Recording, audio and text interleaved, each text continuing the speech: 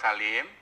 Saya adalah seorang akademisi di bidang pengolahan roti dan kue di salah satu sekolah tinggi pariwisata. Dan sebelumnya saya juga adalah seorang praktisi. Saya pernah bekerja di beberapa hotel industri di Jakarta selama 14 tahun di bagian pembuatan roti dan kue. Saya juga pernah menjadi chef tamu untuk mempromosikan makanan-makanan Indonesia, serta saya pernah juga mewakili Indonesia untuk menjadi juri expert World Scale Competition bidang patisserie ke beberapa negara. Baik teman-teman, judul pelatihan kita kali ini adalah cara mudah memulai bisnis roti dan kue di rumah.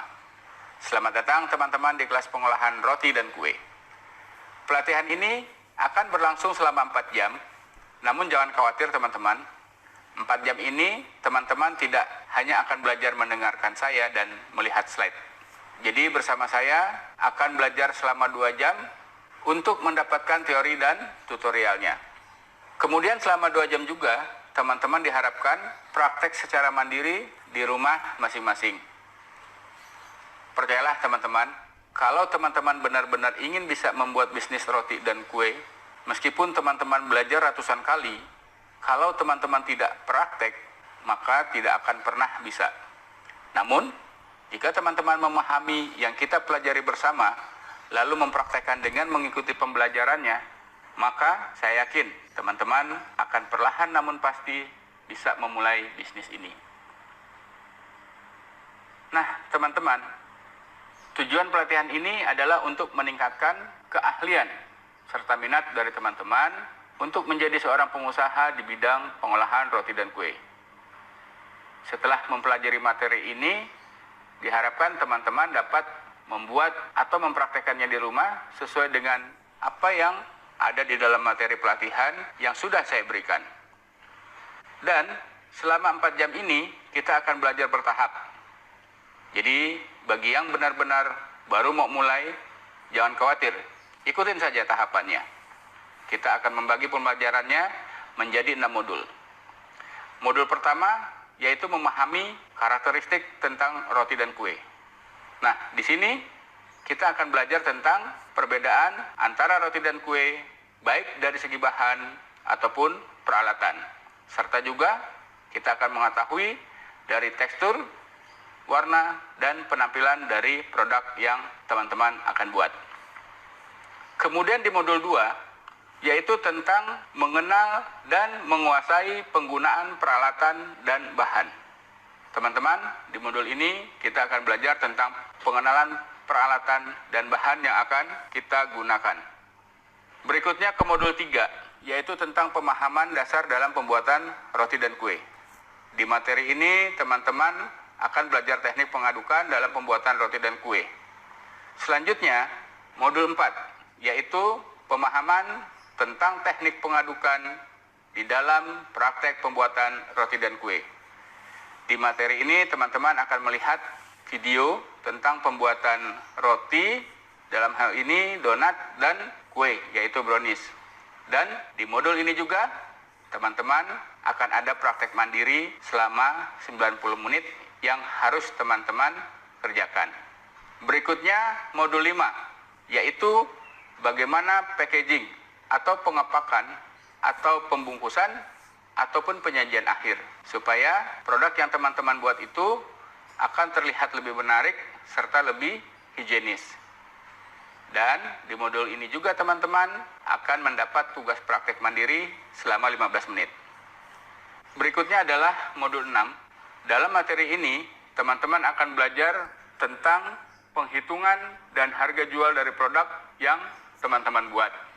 Dan teman-teman nanti di modul ini mendapat tugas praktek mandiri selama 15 menit. Baik, demikian pengantar awal untuk pelatihan cara mudah memulai bisnis roti dan kue di rumah. Kita akan segera ke modul pertama, yaitu memahami karakteristik roti dan kue. Roti dan kue, apa sih yang membuatnya berbeda? Apa yang teman-teman ketahui tentang roti? Bagaimana dengan kue? Apakah keduanya memiliki perbedaan? Banyak yang beranggapan kedua makanan tersebut memiliki satu jenis yang sama. Bahkan saat di warung-warung kecil, jika kita membeli kue, yang ditunjukkan malah roti. Atau sebaliknya, padahal keduanya sangat jelas berbeda. Pengertian roti. Roti adalah suatu jenis makanan yang bahannya terdiri dari tepung terigu, yeast, serta air. Kemudian campuran tersebut diberikan merupakan adonan panggang, jadilah roti. Kemudian adonan itu bisa dibakar, dipanggang, diberikan energi, atau sebaliknya. Padahal keduanya sangat jelas berbeda. Pengertian roti. Roti adalah suatu jenis makanan yang bahannya terdiri dari tepung terigu, yeast atau ragi roti, serta air. Kemudian campuran tersebut diberikan energi dan difermentasikan. Serta adonan itu bisa dibakar, dipanggang, digoreng, ataupun dikukus, maka jadilah roti. Kemudian pengertian kue. Kue dalam pengertian umum merupakan adonan panggang dengan bahan dasar tepung terigu, gula, telur, dan lemak. Selain itu juga, kue dapat dibuat dengan bahan-bahan tambahannya, yaitu garam, bahan pengembang, shortening, kemudian susu, dan bahan penambah aroma. Bahan-bahan ini dikombinasikan dengan menghasilkan remah yang halus serta tekstur yang empuk dan warna yang menarik baik dari sisi aromanya.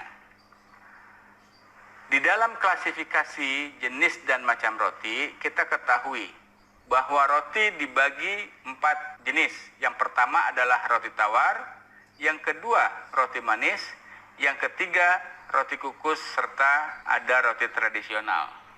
Di 4 jenis klasifikasi macam roti ini, teman-teman pasti banyak tahu ya, teman-teman sudah banyak mengetahui jenisnya. Gitu ya, teman-teman. Nah, kemudian roti tawar. Ciri-ciri daripada roti tawar adalah sebagai berikut. Yang pertama, warna daging roti tawar ini putih ya. Kemudian rasanya tawar, tidak manis, dan cenderung agak asin karena penggunaan gula maksimal 10% dan penggunaan garam minimal 2% dari berat tepung yang kita gunakan. Kemudian bentuk rotinya pun beragam, tetapi pada umumnya rotinya ada yang open top. Tahu ya teman-teman, open top itu berbentuk bantal. Kemudian ada yang sandwich loaf. Ya, rotinya berbentuk kotak, roti tawarnya. Biasanya ini disebut roti sandwich. Nah, kemudian yang berikutnya adalah ciri-ciri daripada roti manis. Yang pertama, warna daging roti tidak terlalu putih karena dipengaruhi oleh beberapa bahan yang digunakan, ya, seperti kuning telur, terus kemudian margarin, susu, pewarna, dan sebagainya.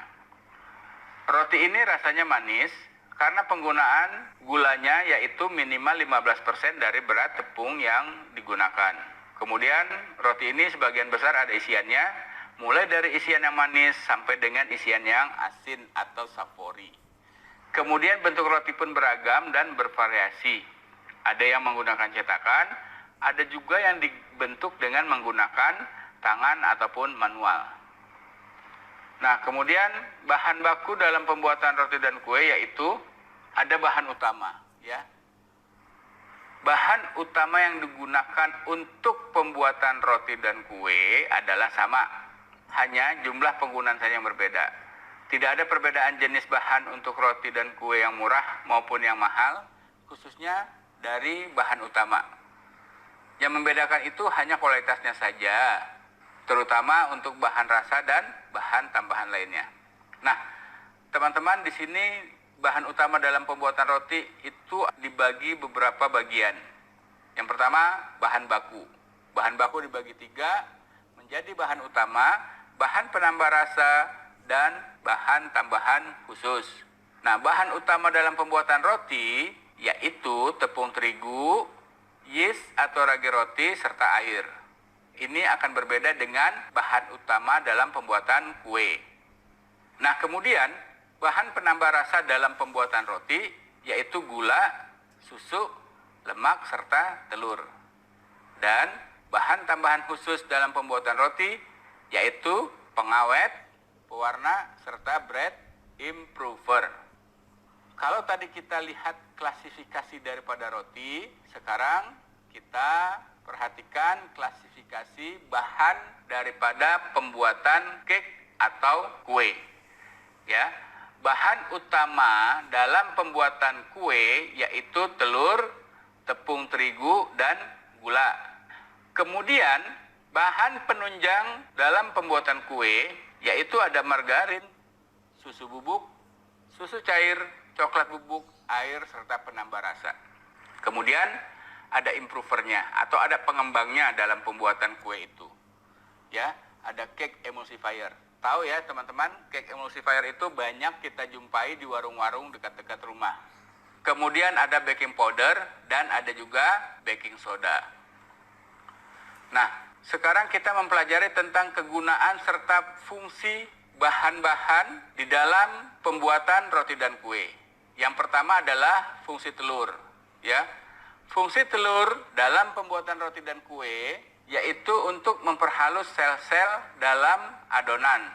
Kemudian kuning telur untuk melembutkan remah dan daging kue ataupun daging roti. Sementara putih telur untuk menambah volume, khusus untuk pembuatan kue saja. Ya teman-teman ya. Berikutnya adalah fungsi gula dalam pembuatan roti dan kue. Fungsi gula yang pertama untuk memberikan rasa, kemudian memberikan warna, kemudian memperhalus tekstur, serta memperbesar volume. Nah, jenis gula yang digunakan bisa gula pasir maupun gula halus. Disesuaikan saja peruntukannya ya teman-teman ya.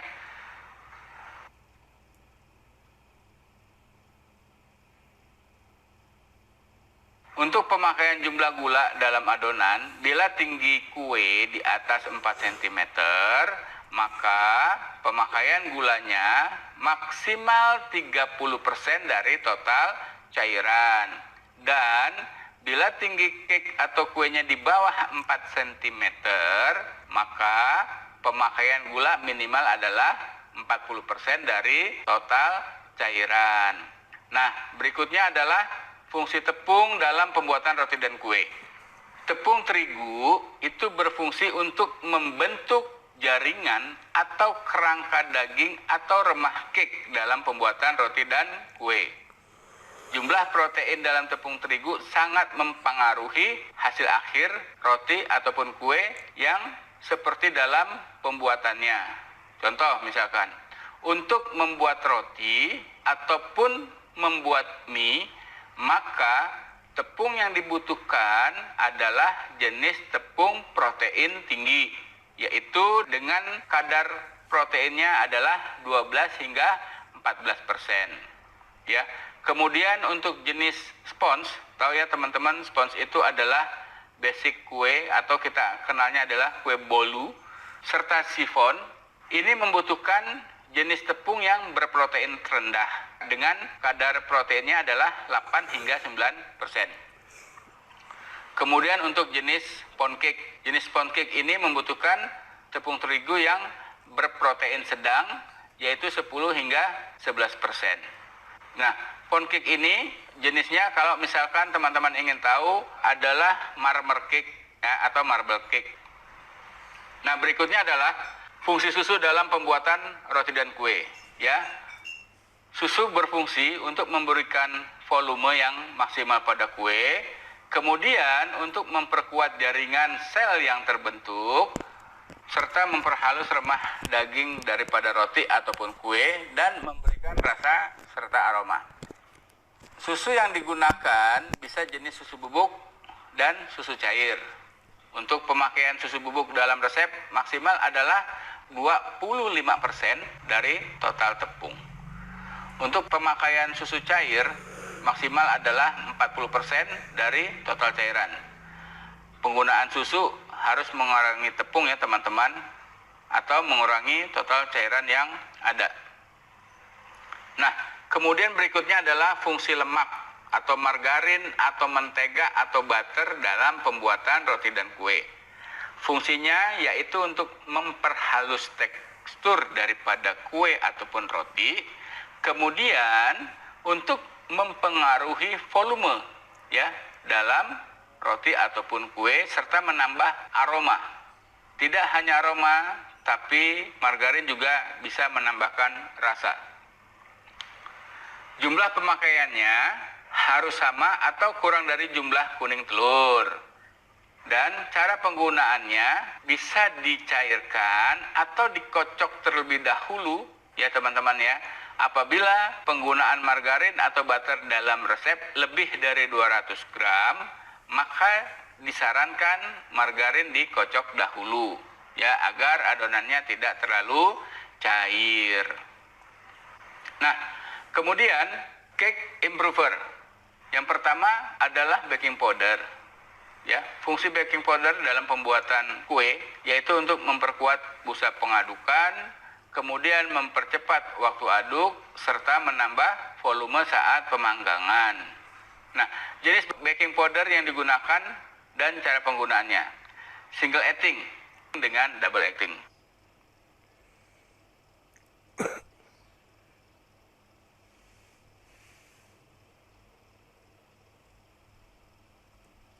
Baking powder ini masuk ke dalam kelas double acting.